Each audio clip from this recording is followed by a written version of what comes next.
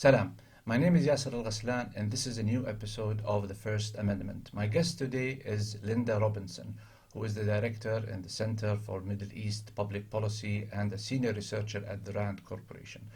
We talked about several issues regarding policies in the Middle East, specifically with the new administration, the Biden administration, and what to expect from it, specifically in the areas of conflict and problems that faced this region in the past couple of years, and how will they deal with them in the years to come. I'll do a quick introduction in Arabic and then we'll jump into the interview. سلام، أنا ياسر الغسلان وهذه حلقة جديدة من التعديل الأول.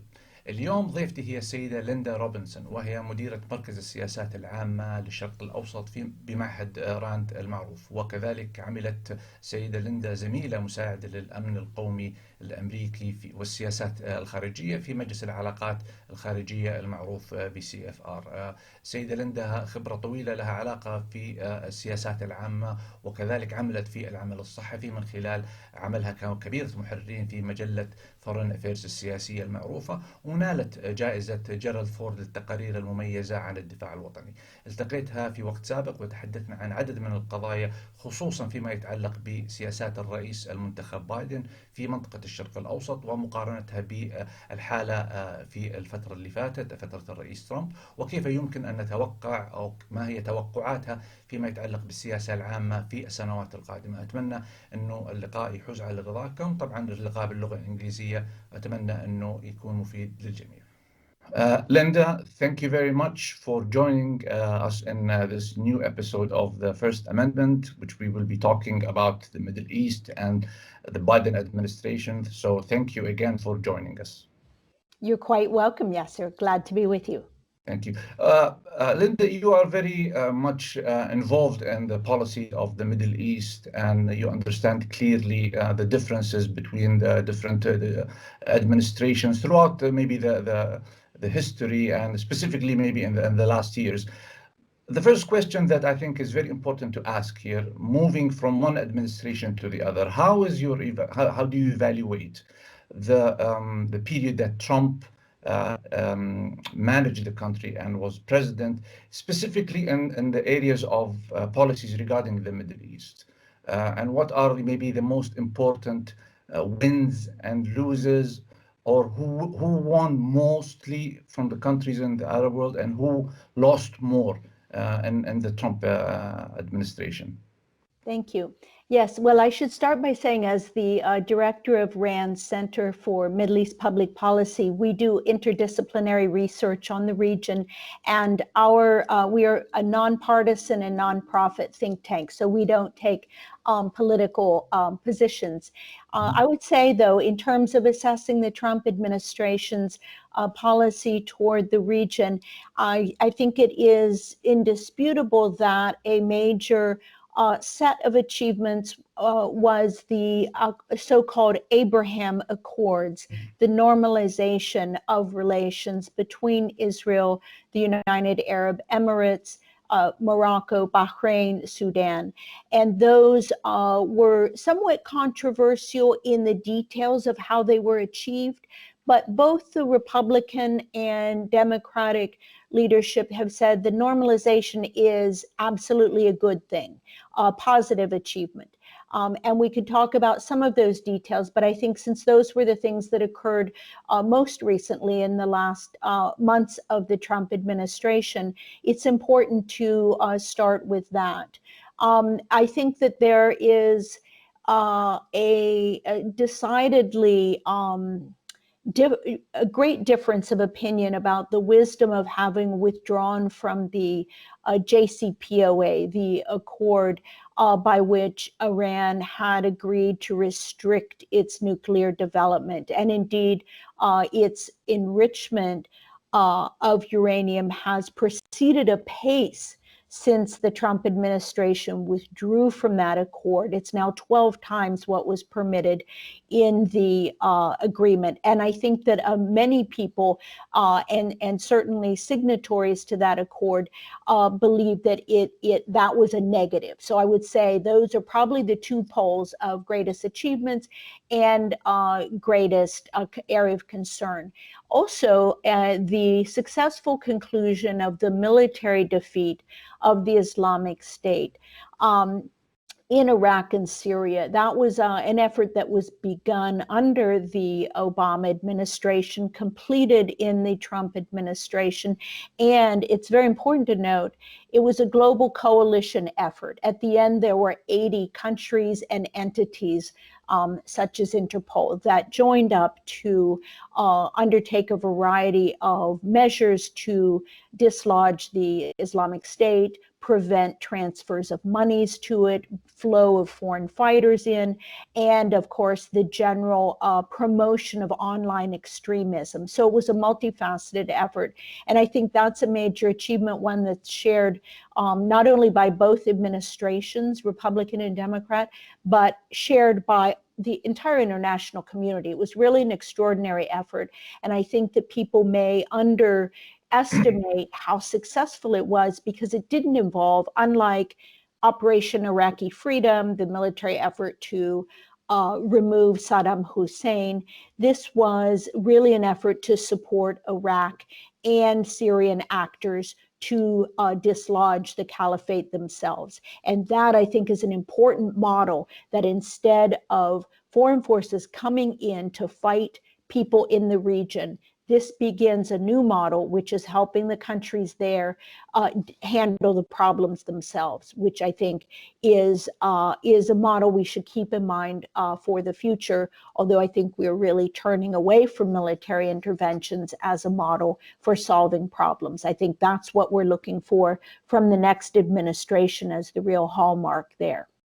Perfect. I mean, it's a very good platform for the discussion, because the Middle East has a lot of topics, a lot of countries, a lot of issues. And you've generally, if we put it in a general terms, and I think it's very important to start, I think, as you mentioned, with the Abraham Accord. The Trump administration focused a lot on creating this kind of peace with these countries that you've mentioned, but at the same time, maybe not taking consideration a lot the Palestinian side. And you've previously said in one of your maybe interviews that the new administration will be making sure that there will be like a path or a process that will include the Palestinians. Now, the main question is that throughout history, the Palestinians always tried to push their agenda by having the backup of the Arab countries. I mean, they weren't able to do it alone. There was a lot of big players that pushed that.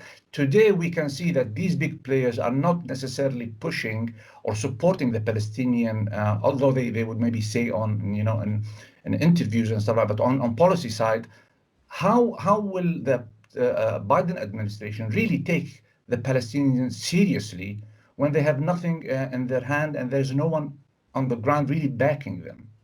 Yes, I think you're certainly pointing out the key thing that changed, and to the detriment of the Palestinians, was the reaching of those normalization accords without any provision except the suspension of annexation.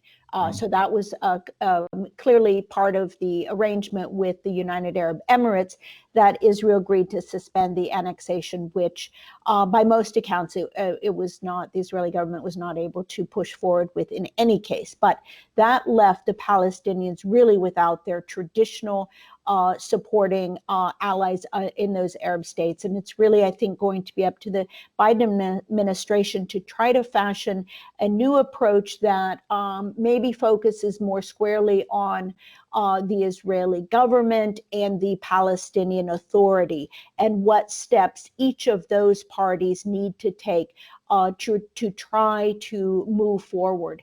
And while I think the traditional two-state solution position is the Biden administration's going in position, everyone recognizes the conditions right now for achievement of that really are not in the near term there.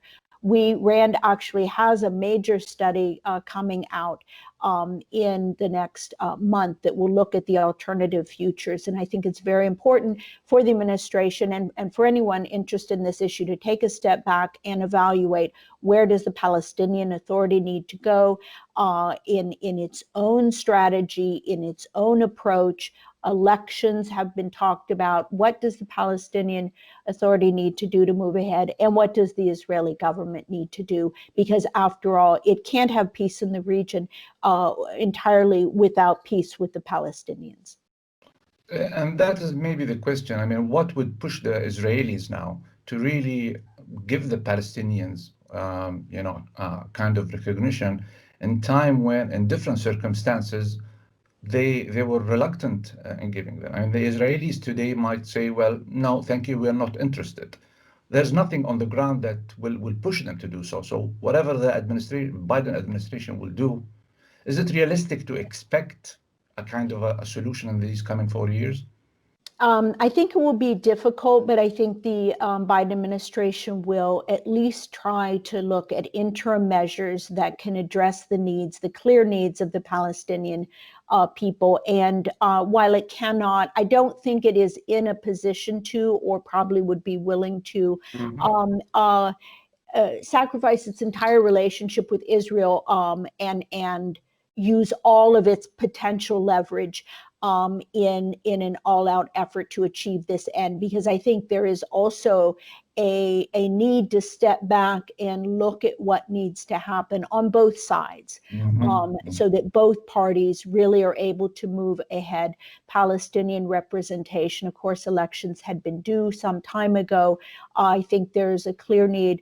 The Palestinian people have, I think, the right to expect the best possible representation of themselves and their needs. So I think it's the other problem, of course, and we haven't sort of started with the frame of what the Biden administration, how much effort is it going to put into the Middle East versus the other clear and pressing needs for the Biden foreign policy. And we're in the middle of this global pandemic, and we know that has to take center stage.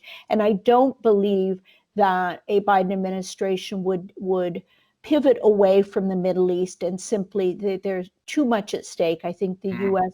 has many ongoing interests in the Middle East, but it will be somewhere between all and nothing. And they're going to have to pick and choose the issues and the priorities and try to remain engaged and try to use its available leverage, but not overreach and not, I think, project an expectation that it can solve all outstanding problems within its term. And do you think that the Abraham Accord is really sustainable? I mean, is it like the last real conflict, or does it kill the real conflict between the Arabs and the Israelis? Is it sustainable, or is it maybe just something that will happen for some years to come, and then we'll see again a new problem? Well, I think that it actually, the normalization formalizes what has been a process of at least certain countries, and the UAE and Israel, I think, is the best example, already having a number of contacts on a security front and some economic front. But I think it's powerful in that it formalizes and expands those relationships. And I think it's an important political statement that can begin to help integrate Israel into the Middle East in new ways, and in ways that actually benefit the entire region. Some of that will be just through the natural interest of private sector investments, other investors, trade relations can benefit a number of entities. So I think that there is a certain amount of momentum that will be generated from the formal accords, but there can also be additional policy incentives and additional measures that can expand the benefits and hopefully ensure that the benefits are widely distributed so that they're not just narrowly benefiting a few actors, entities, sectors, or countries. There are a couple of issues, though. I think that there was a great deal of concern about the Morocco accord in that it granted the U.S. under the Trump administration recognized Morocco's claim to the Sahara, and that upset the apple cart considerably. And there have been a number of prominent individuals that suggested that is really not, it's going to destabilize that part of the region if it is not reconsidered. So I think there's some important issues that have to be worked out, but I think overall normalization could be a powerful engine for economic development and integration in the region if it is properly incentivized. And I think certainly the Biden administration, President-elect Biden has indicated he supports the normalization accord. So I think that sets the stage for potentially more policy measures to move that ahead while not neglecting some of the other important issues.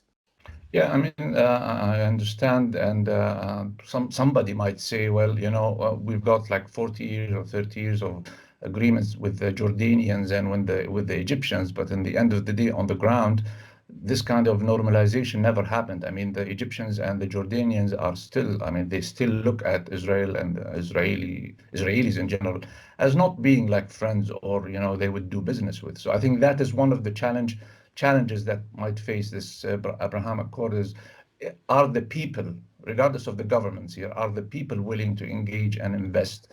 But maybe, I mean, maybe the circumstances are different, and maybe the countries and the political systems in these countries are different. But I would like to move to also a very important point that you've mentioned in the beginning, Iran.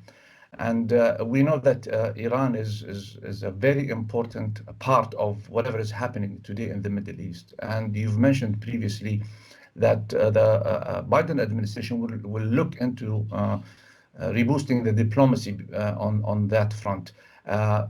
Maybe the main question is here, how will the Biden administration try to deal with this issue, putting in consideration the kind of relationship with the main players that are Saudi Arabia, the UAE, Israel, knowing that these countries today are not very much supporting the idea of bringing back Iran to the international community? Well, I think that we were on a trajectory really of confrontation in this past year plus that was worrying actually to a number of the Gulf states. And I think that ultimately the countries do better together than apart. So I think that it's a little bit difficult to just expect that the Gulf states would hold out against what a Biden administration hopes to achieve and expect that it could do better on its own than finding common ground with the new U.S. administration.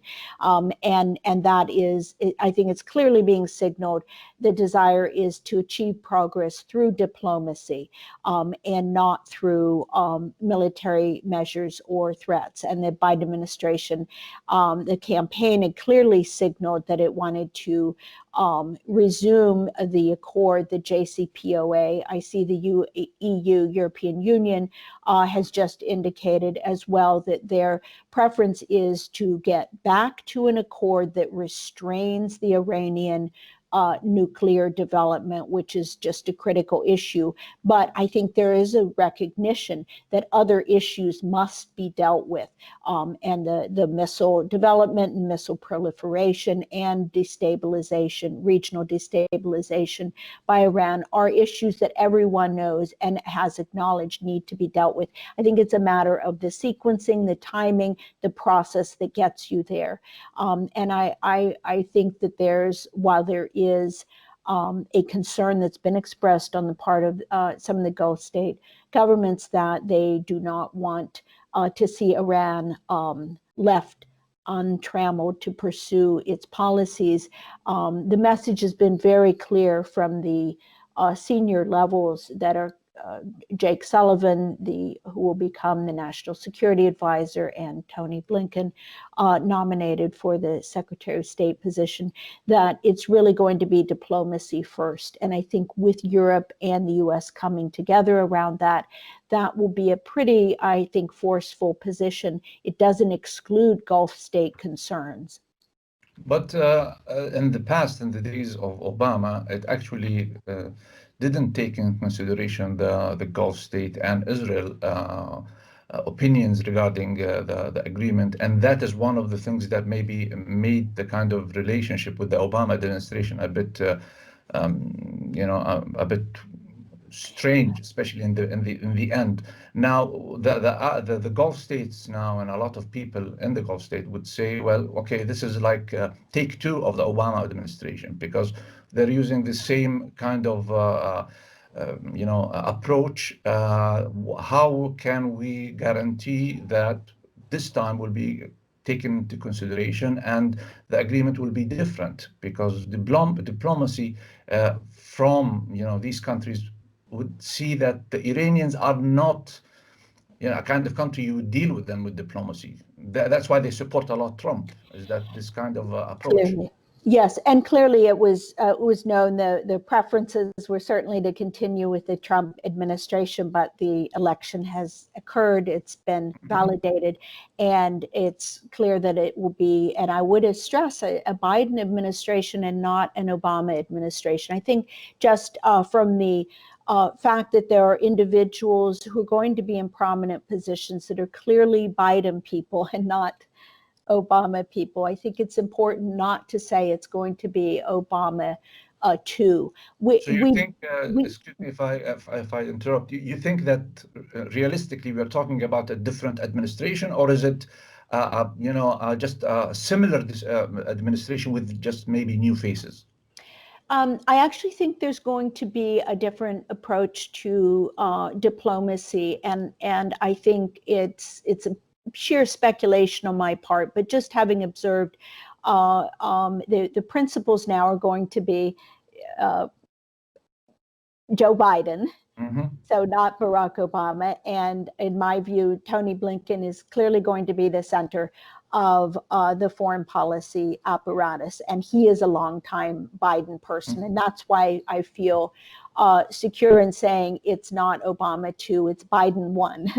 And even though Biden as vice president was very involved in Middle East policy, he's going to be setting the direction. Also, time has passed, right? So it's not just a resumption of the situation from 4 years ago or earlier. I think that it's important to note some of the recent comments that Tony Blinken has made, which indicate that the deal, in his view, the JCPOA wasn't the ideal arrangement. They can do better. There are issues that need to be dealt with. But the point he is making is we're in a better position to address those issues with Iran if we've got the nuclear file under control again. And I think that is the view of the sequencing, is we must first get that very dangerous issue back in the box, but continue to work on these other issues and listen to the region. I think that their commitment to diplomacy is not just, the summit of democracies and rejoining with Europe and the things that rejoining the Paris Climate Accord and a number of things that I think signify return to diplomacy first with our traditional allies. I think it's a commitment to diplomacy as a means to the ends, that this is really the way this administration is going to work. And it may use other forms of leverage, but it's really through discussions they want to get to the solutions. And I think that everyone recognizes the importance of the Gulf states to the region. There's just, I can't envision of a policy that would neglect the concerns and issues of those states. When we talk about Iran, for sure, we have to talk about Saudi Arabia. But between Iran and Saudi Arabia, we'll have to talk quickly about Yemen.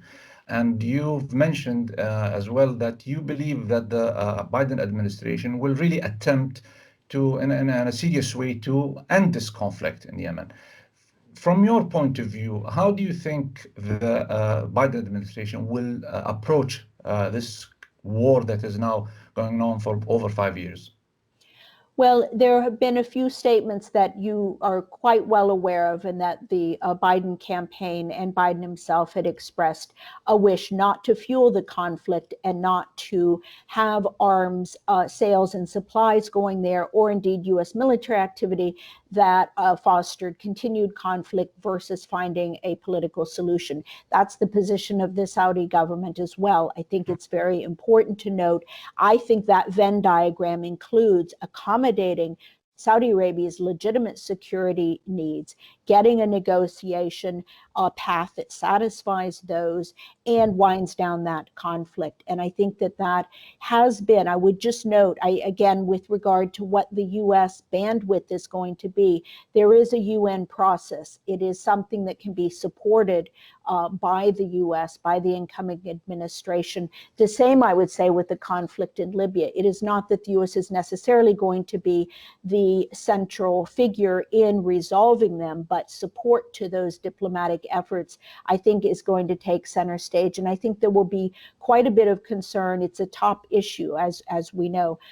Iran, Yemen, and human rights have been repeatedly mentioned. And I've been struck by looking at the Twitter accounts of the top national security officials. They definitely are homing in on human rights issues globally. And I just want to inject that into the conversation. And that's really the reason I think that Yemen, it's in such a tragic situation with famine, with the desperate plight of people, with civilian casualties being a great issue of concern. So I think it's in everyone's interest to really try to focus on bringing that conflict to an end in a way that addresses Saudi security concerns.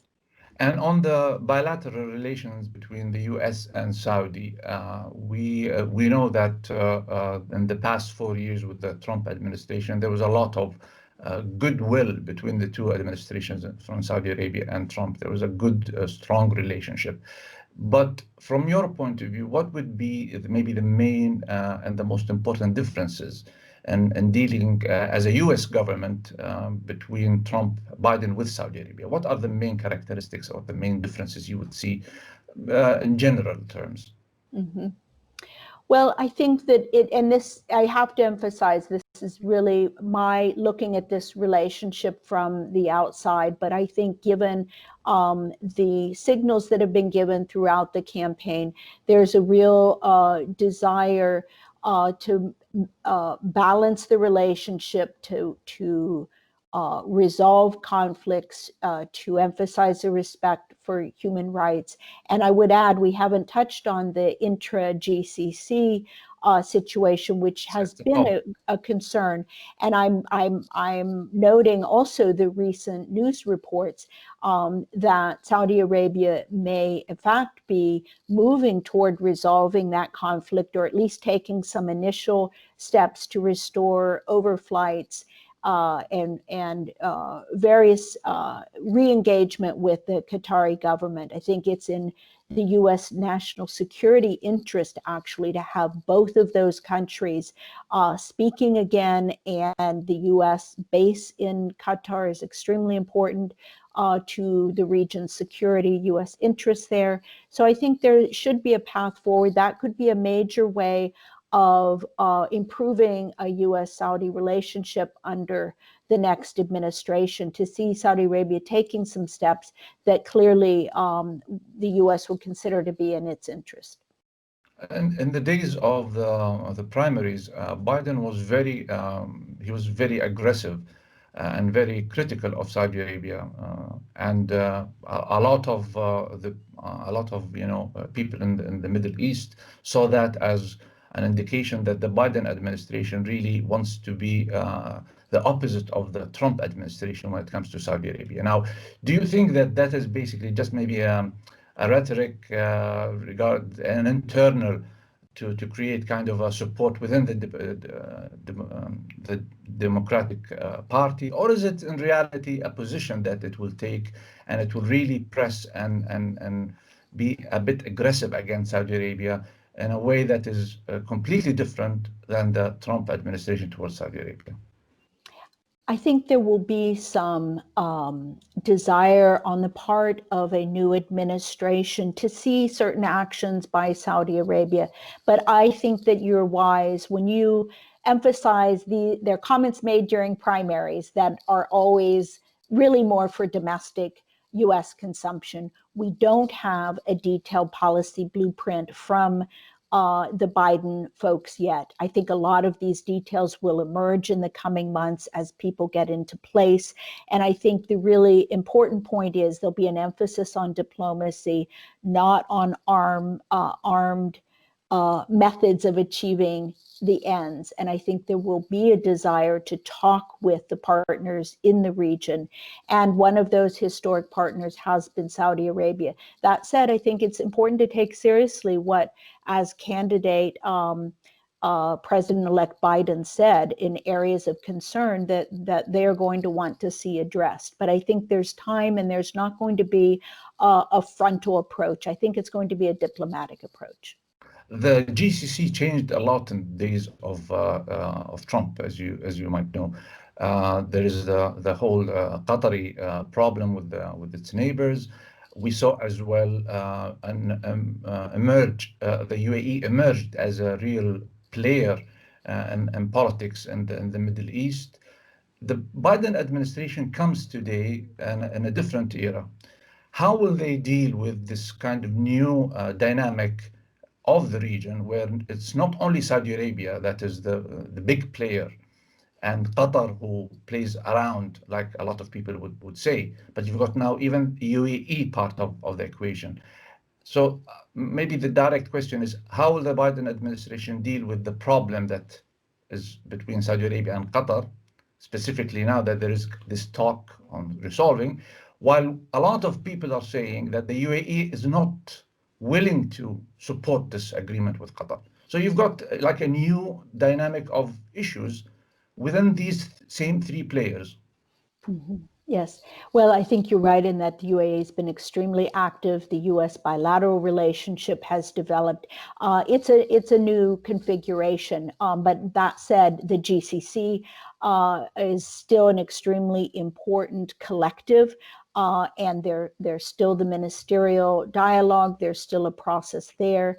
And I think that the Kingdom of Saudi Arabia also retains some of its traditional weight as the premier inter pares, but it is indisputable that the UAE has become a bigger player in this past administration, and I don't think that that goes away. It changes the dynamics, but I don't think it's a zero-sum game by any means. And I think that the administration will likely have bilateral relationships and dialogues. It may be that the Saudis resolve their issues with Qatar before UAE does. There are also complex issues involving Turkey and Libya. You know, there is just an incredible array of cross-cutting conflicts and proxy relationships. And the region could not be more complex. We haven't mentioned Syria at all. Of course, it's a very serious and sad situation there.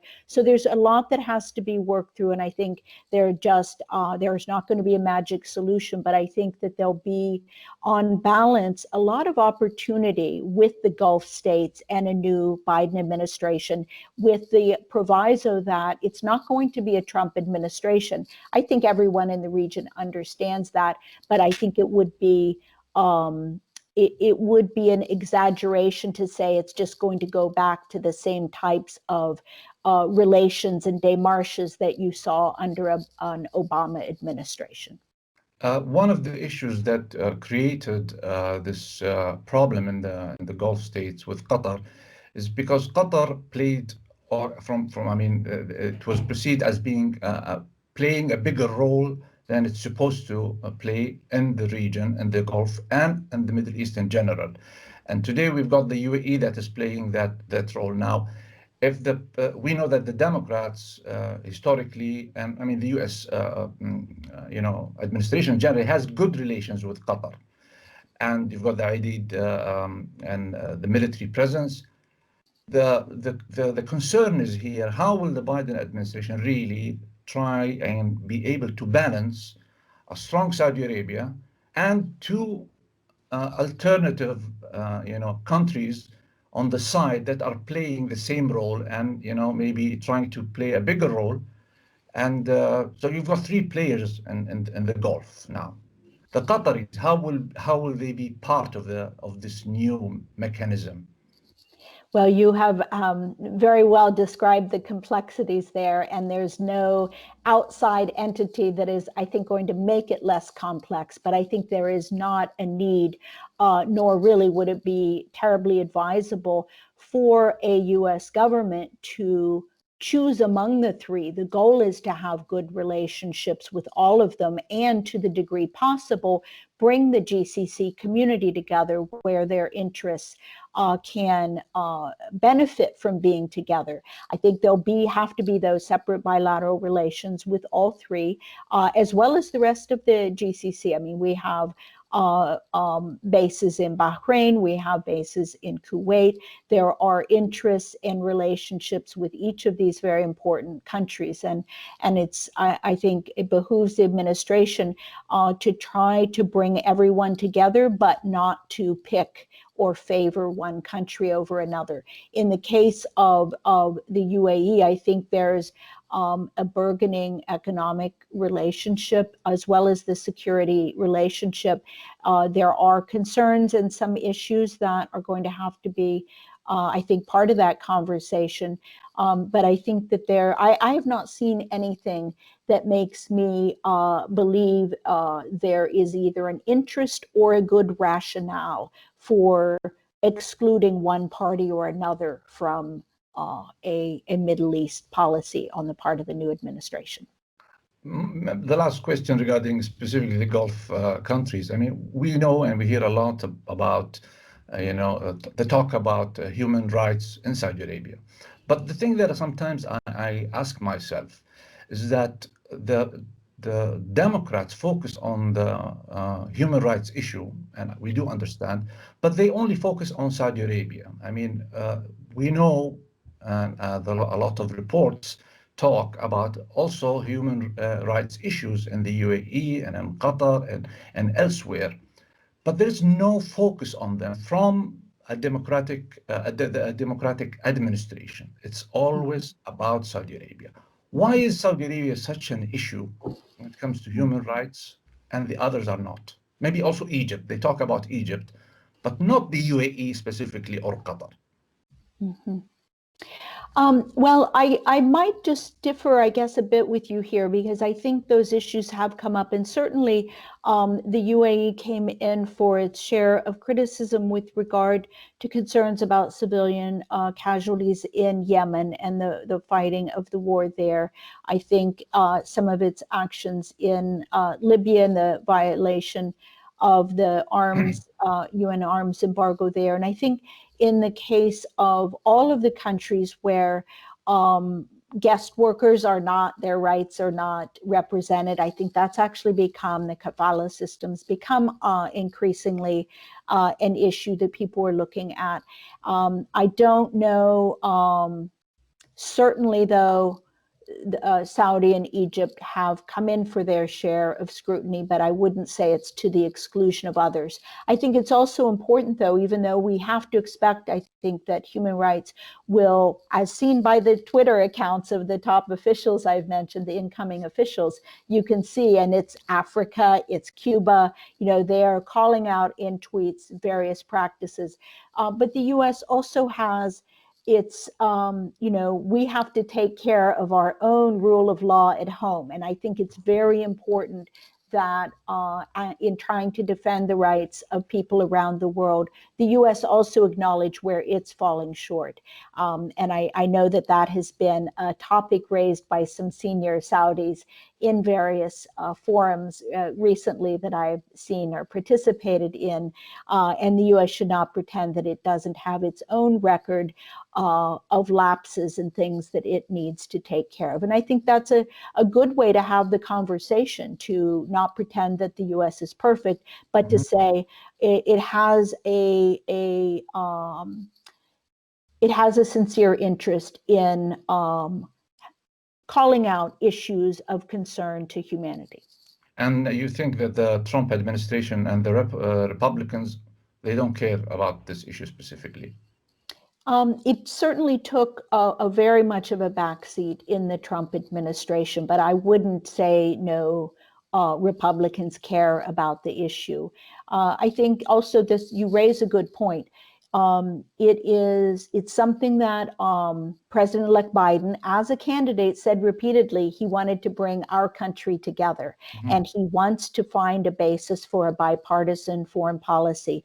Many people look askance at that because they think our country is so polarized. But I think if anyone can find that common ground, that's really been his tradition working in the Senate and his tradition as a politician. And I think we have a chance here to try to forge a policy that can garner the support of a wide spectrum of Americans and not to operate in a partisan fashion. So we will have to see, in the months ahead. But I think that has certainly been the rhetoric, and I believe it will be an effort to work across the aisle and try to produce a foreign policy that is, as he says, for all Americans. Right. Okay. Syria, you've mentioned as well Syria. And Syria, of course, in the days of Trump, there was a big change in its presence. It maybe whatever we're seeing today was a result of Trump not taking Syria maybe as serious as he's supposed to. Biden's administration, how do you see will deal with the issue of Syria? And try to find a solution in this war, or in this country that has now, I don't know, maybe 5, 6, 7 players that are trying. Terrorism maybe still has a footprint over there. How will Biden deal with Syria? Yes, it's an extremely difficult situation, and I think actually neither the Obama nor the Trump administration got that one right. I think it's just very, very difficult now. You have a civil war and a situation where the Syrian regime has retaken control with Russia's help of so much territory. The UN process has been bogged down. There's just so much human suffering. I have no doubt the Biden administration would aim to do all it can in the humanitarian relief field. And as my understanding from some of the indications is, they would not be in a rush to pull out the remaining U.S. forces. And indeed, the formal position there of the campaign was to maintain a small footprint to ensure that the Islamic State cannot make a comeback in those areas, Iraq and Syria. And that was a similar formulation expressed with regard to Afghanistan. But I think that there's no military path to a solution there. There's a recognition that support to the Syrian Kurds, the Syrian Democratic Forces, as the U.S. Called them, was just really alienated and alarmed the Turkish government, Turkey, a NATO ally. It's a very complicated situation, and I think that there's got to be an emphasis on diplomacy and an emphasis on the humanitarian needs. And we'll see what the administration comes up with in the way of a policy. I would caution, though, it's one of the most difficult situations, and the best that may be achievable is trying to minimize the human suffering and try to keep open a pathway to negotiations that will ultimately end that war.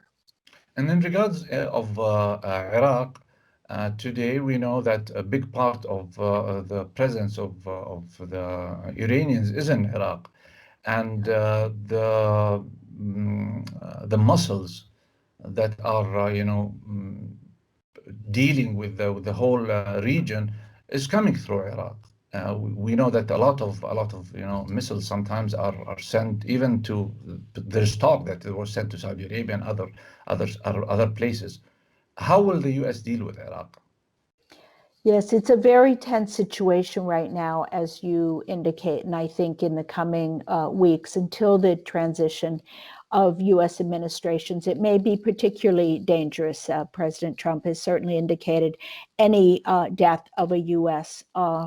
person in Iraq could trigger another military action, such as he undertook that killed Qasem Soleimani last year. And that is very worrying, because the Iraqi government has had a terrible act of balancing the need and desire for U.S. forces there against a presence of Iran that is both partly benign, trade and economic and religious tourism that Iraq is always going to have with an unwanted militia and a presence and armed actors. And that is something that Prime Minister Khatami is trying valiantly to rein in and just doesn't have enough leverage to do it. So it's an extremely complicated situation. I've spent quite a lot of time in Iraq, and I think that it's important to note that I think the Biden administration will not do something abrupt like pulling out all of its forces. We're in a very delicate moment right now. There is a desire on the part of this Iraqi government to maintain some security assistance with the U.S., but it can't happen at any cost. I mean, that is something that has to be negotiated and resolved.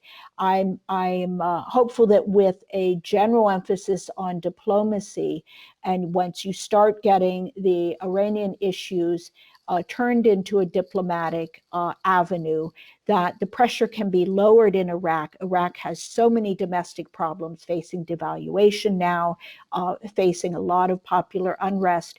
It desperately needs to find a way forward to resolve some of its chronic issues. And that's in general. I should just mention, we have a Middle East, it's called Reimagining U.S. Strategy to the Middle East.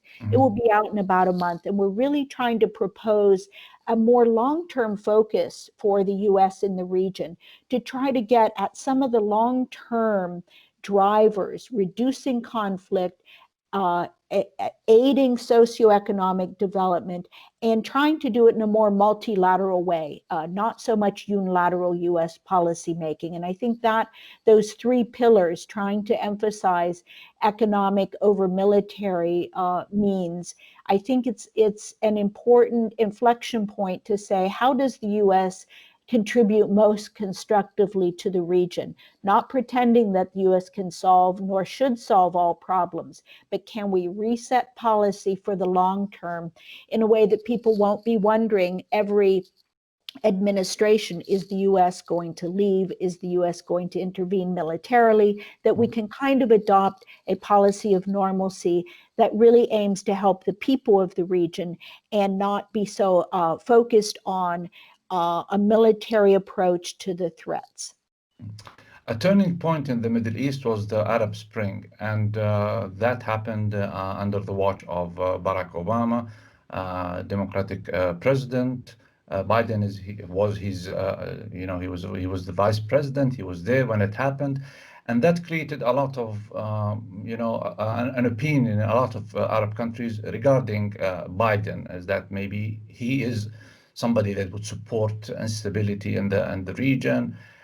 And in regards of Egypt specifically, now he's dealing with Egypt, a similar Egypt maybe to the Egypt prior to the Arab Spring. How will Biden deal specifically as well in regards of the Egyptian relationship with Turkey? And in Libya, as an example of where they're struggling with each other, and we know Turkey and the Islamic Brotherhood, and the position of the Egyptians today against the Islamic Brotherhood. So, this dynamic, how will Biden try to deal with Egypt? Mm-hmm. You raised a very good question about Egypt, and I think that it's really an unknown at this point, how much distance a Biden administration might wish to place between itself and the current al-Sisi government. It's a long time, obviously, pillar of U.S. policy in the region. But as we note in our forthcoming paper, the threat of war is not present now between Egypt and Israel. The U.S. has devoted vast amounts, the largest share of its aid over the years to Egypt. And I think there are legitimate questions being raised about what is the return on that investment. And very critically, as I mentioned, if you start making people the focal point of your policy, have the Egyptian people benefited from all of this aid that has been given from the U.S.? I think there's a reckoning really in the largest sense to say, has U.S. policy really produced good for the region? And where it has not, changes may be in order. So I think that's just simply taking a very macro look at where we are this many years after the Camp David Accords. With regard to Egypt and its policies and the Muslim Brotherhood, I frankly think I have not seen any declared position by the incoming Biden team. There is a strong support, I think, for human rights, and I think there is a desire not to fall into the internal fights within the region. Mm. Well, I mean, this is a very important statement that you've made, but I think the overall opinion in the Middle East is that the Biden administration, like the Obama administration, were the reason why all what happened, this chaos that happened. Of course, there is a different opinion that says the opposite. But we know that the Islamic Brotherhood. This is where the relationship with Qatar comes in, and the relationship between Qatar and Turkey comes in. You've got that to put in consideration. So today, saying that Biden doesn't want to meddle around in the Middle East, that is something that I believe a lot of governments in the Middle East and people won't believe, because on the ground, all what happened under their watch. So, and this is important that you say what people in the region believe and governments believe, but I think it's very important to just note the Arab Spring was a movement of people. And even in Egypt, this was a mass movement of people wanting a change. And I think the Muslim Brotherhood became involved later in that movement. And it goes to my point of trying to say, if the region is not moving to deal with the problems and aspirations of its people, it can blame others for its problems, but we're really, I think, at a point of the region to move forward needs to understand what it has to provide to its populations. The highest unemployment rate in the world, the lowest participation rate for women in the world, the numbers of refugees and displaced persons. Hopefully there's a way for people to understand the long-term issues are dealing with people's needs, and those are not being met. I think that's pretty evident from the statistics. Right. And maybe a last comment that I'll make is that, I mean, what happened in Egypt took just the decision of Obama not supporting Hosni Mubarak, and it was held after that. Prior to that, the regime was still intact, and there wasn't any kind of indication that the regime will fall. The moment that Obama said, I don't support Hosni Mubarak anymore, then everything happened. So I mean, that is maybe the Biden and Obama did not push for it, but they played a role. I mean, at least this is what in the Middle East, the people who are against the revolutions that happened would say. But regarding also Egypt and in Turkey, we know that Biden isn't that friendly with Erdogan, and maybe he won't be as friendly as well with the Sisi. How will he deal with this? Yes, we should just say, I think that with regard to Turkey, there have been concerns expressed on a number of fronts, but what we have most recently is the decision by the Trump administration, which to invoke the sanctions for the Turkey's purchase of the S-400 missile defense system, which triggers the CAATSA Sanctions Act in Congress.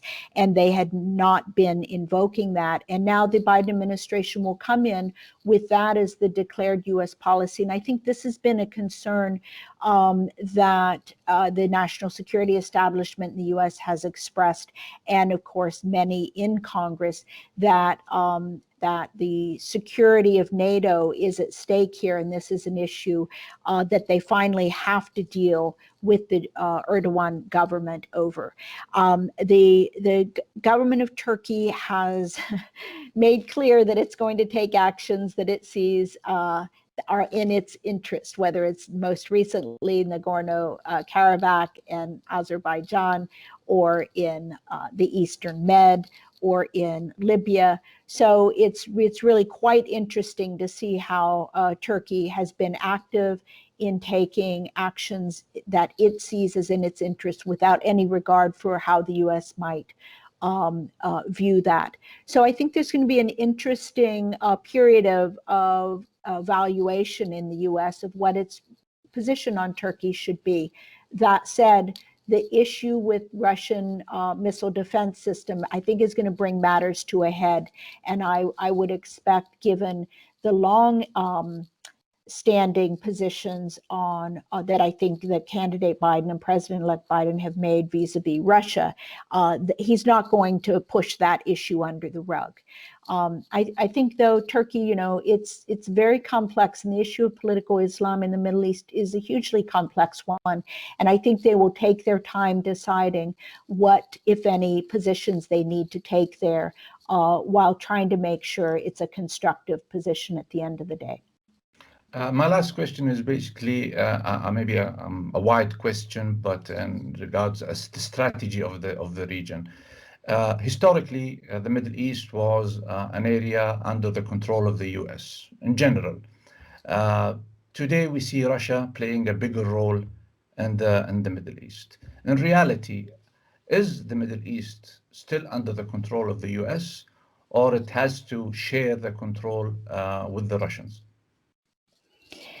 One might even argue the region was never under the control of the U.S., but certainly the dominance, and it's clear that China and Russia are more engaged now. And indeed, that was one of the things that Russia gained from its intervention in Syria, was a perception that it had achieved the stabilization of the Assad regime, it achieved basing rights, it achieved a general credit for having stabilized a situation in a large part of the country to the benefit of the Assad regime.